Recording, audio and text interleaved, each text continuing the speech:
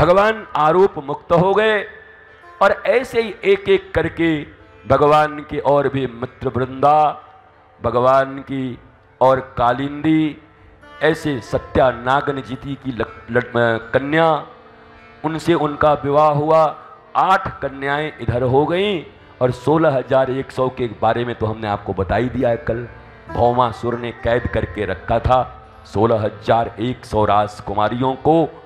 और भगवान पारिजात वृक्ष लेने के लिए जब जाते हैं स्वर्ग, और वहाँ से जाते समय भगवान को बीच में भौमासुर का ये स्थान दिखाई पड़ता है। और ये वो जा क्यों रहते स्वर्ग? नारद जी ने झगड़ा लगवा दिया था महाराज ठाकुर जी के घर में थोड़ा सा। नारद जी ने लाके पारिजात वृक्ष दे दिया रुक्मिणी जी को, और जाके सत्यभामा जी को कह दिया कि स्वामिनी जी हम तो आपके लिए लेके आ रहे थे, सोई ठाकुर जी बीच में मिल गए। बोले अरे छोड़ो, सत्यभामा क्या करेंगे, रुक्मिणी को दे के आओ। अरे महाराज खड़ी लड़ाई लगा गए घर में। भगवान ने कहा नारद जी हम कहाँ राजकाज करके आते हैं, आप कहाँ यह करने? अरे बोले ठाकुर जी भौमासुर को कौन मारेगा?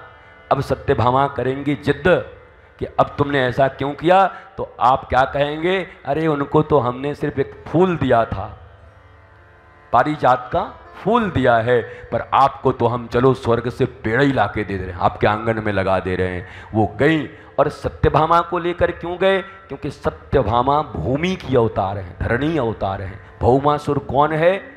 भूमि से पैदा हुआ है।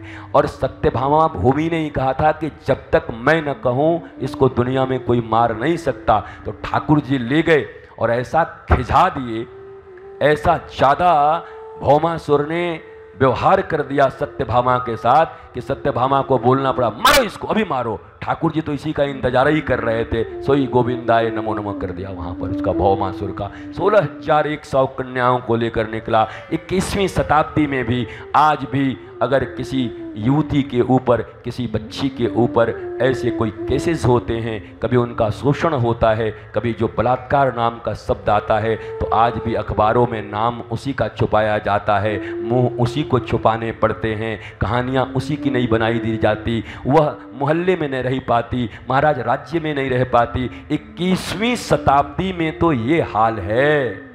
जरा सोचो उस समय उन 16,100 राजकुमारियों को उठाकर ले जाने वाला वो राक्षस जब इतने वर्षों तक अपने यहाँ रखा था, तो उन कन्याओं को कौन अपनाता? उन कन्याओं ने कह दिया इससे तो बढ़िया था कि कम से कम एक के अंडर में हमें बंद करके रखा गया। अब तो हम जहाँ जाएंगी, जहाँ जाती हैं, लोग हमारे पीछे पता नहीं फप्तियाँ कसते हैं। अरे देखो देखो वही उठा के ले गया, तो वही है, ये वही है। कितने दिन तक रही हो? अरे जब सीता से पूछ सकते हैं, सीता को कह सकते हैं मैया को कि अरे रावण के पास रह के आ रही हैं, ठाकुर जी तो गजब हैं, परीक्षा कचो लियो नहीं रख लियो, हम राम जी नहीं हैं, कूट देंगे तुमको, ऐसे करके कहा। तो केवल वो एक धोबी की बात नहीं थी। रामा अवतार में प्रत्येक घर में एक खुशफुसाहट चल रही थी। हर घर में यही लोग कह रहे थे, जब लड़ाई हो पति पत्नी में तो पति उठे, ऐ सुन हम राम जी नहीं हैं, समझ गई, कि हम छोड़ देंगे, जहां जाएं वहीं ये वार्ता उठे। और अब बताओ जब सीता जी के ऊपर ऐसी बातें हों तो उन बिचारी 16,100 को कौन छोड़ेगा? जिनको भौमासुर ने उठा लिया, उनकी जिंदगी कैसी हो जाती? व्यासपीठ की महिमा और गरिमा है, उन शब्दों का प्रयोग नहीं किया जा सकता, पर आप समझ सकते हैं इसी समाज में रहते हैं कि किन कठिनाइयों में उनको जीना पड़ता, कौन उनको स्वीकार करता। और तब सत्यभामा के पास सब हाथ जोड़कर खड़ी हो गई कि हे स्वामिनी जू, हम तो और बर्बाद हो गई, अब हम क्या करें, हमको कौन पुरुष अपनावेगा? तो वहीं पर सत्यभामा ने कहा अब तुम्हें कोई पुरुष नहीं, साक्षात पुरुषोत्तम अपनावेंगे, तुम पुरुषोत्तम की महाराज रानी बनोगे। राजन्य कन्यानाम 6,000 भौमाहृतानां विक्रम्य राजभ्यो ददृशे हरि ताः प्रहिणोद्वारवतीं सुमृष्टविरजोऽम्बरा नरयानैर्महाशोकान् रथास्वान् द्रविणं महत्।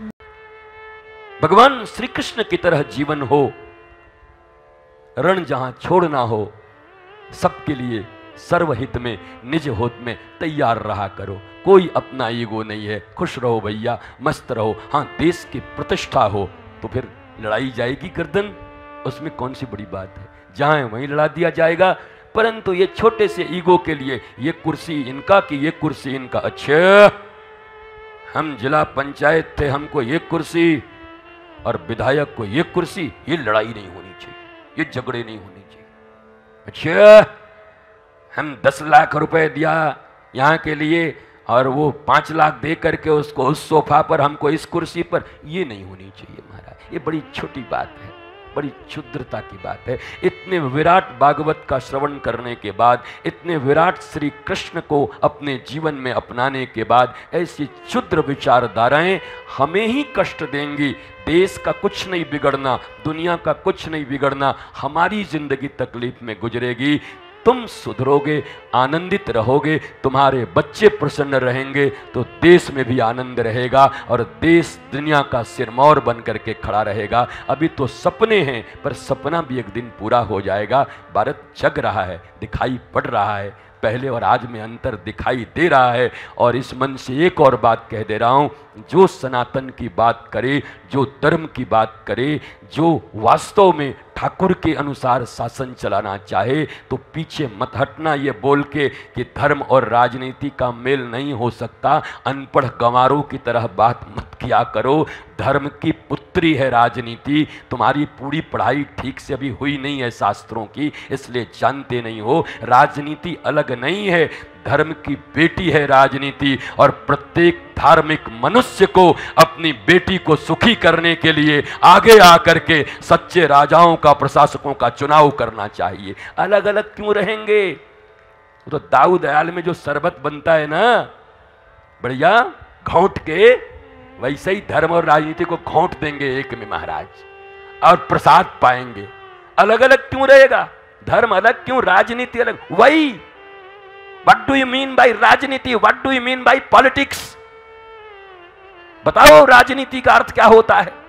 वह नीति जिससे प्रजा के जीवन में उन्नति, आनंद और प्रेम लाया जा सके।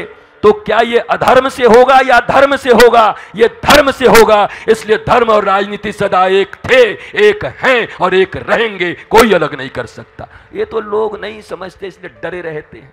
कल बताया था ना सांप्रदायिकता वाला, हाँ तो वही बात है। अगर आंसर जान जाओगे अपने ऋषियों से तो ऐसे छाती करके और लोगों से बातचीत करोगे ऐसे करके। अर्नब क्यों बोलते हैं? अर्नब क्यों बोलता है? बोला गुरुदेव जब टीवी पर आते हैं, गुरुदेव जब हमारे चैनल पर आते हैं तो हम एंकर नहीं रहते, फिर हम श्रोता बन जाते हैं और केवल गुरुदेव को सुनते हैं, प्रश्न हमारे पास नहीं रह जाते। हमने जितने भी डिबेट्स किए इसी तर्ज पर किए। आप छोड़ो, एक मुस्लिम स्कॉलर, क्योंकि मैं बुरी बात बोलता नहीं, मैं गलत बोलता नहीं, मैं ईमानदारी की बात बोलता हूं। और आज भी एक एक मनुष्य जो भी भारत को प्रेम करता है वो सब मुझसे प्रेम करते हैं।